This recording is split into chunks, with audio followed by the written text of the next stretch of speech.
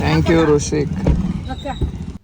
ಮುಂಜಾನೆ ಬಡ ಎದ್ದು ನಮ್ಮ ಮನೆ ಹೊರಗೆ ಬಂದು ನೋಡ್ದಾನೆ, ನೋಡ್ರಿ ರೈಲ್ವೆ ಹಳಿನ ಬಿಡಿಸ್ಬಿಟ್ರ ನಮ್ಮ ಮನ್ಯಾಗ.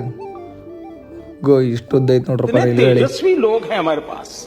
ಅಲ್ಲಿಂದ ನಮ್ಮ ಹೊಲಕ್ಕೆ ಬಂದೆ, ನೋಡ್ರಿ ನಮ್ಮ ಹೊಲ ಹಂಗೈತಿ ಹಿಂದೆ.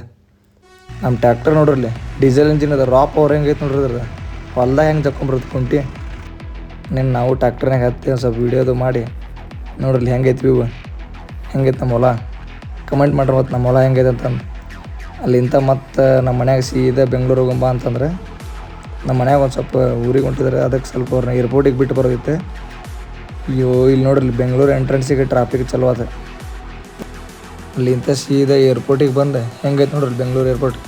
ಅಲ್ಲಿಂದ ನಮ್ಮ ಮಾಮ ಅತ್ತೆಯರು ಬಿಟ್ಟು ನಾವು ಇನ್ನೇನು ಸೀದಾ ಒಳ್ಳೆ ರೂಮ್ ಕಡೆ ಹೊಂಟ್ವಿ.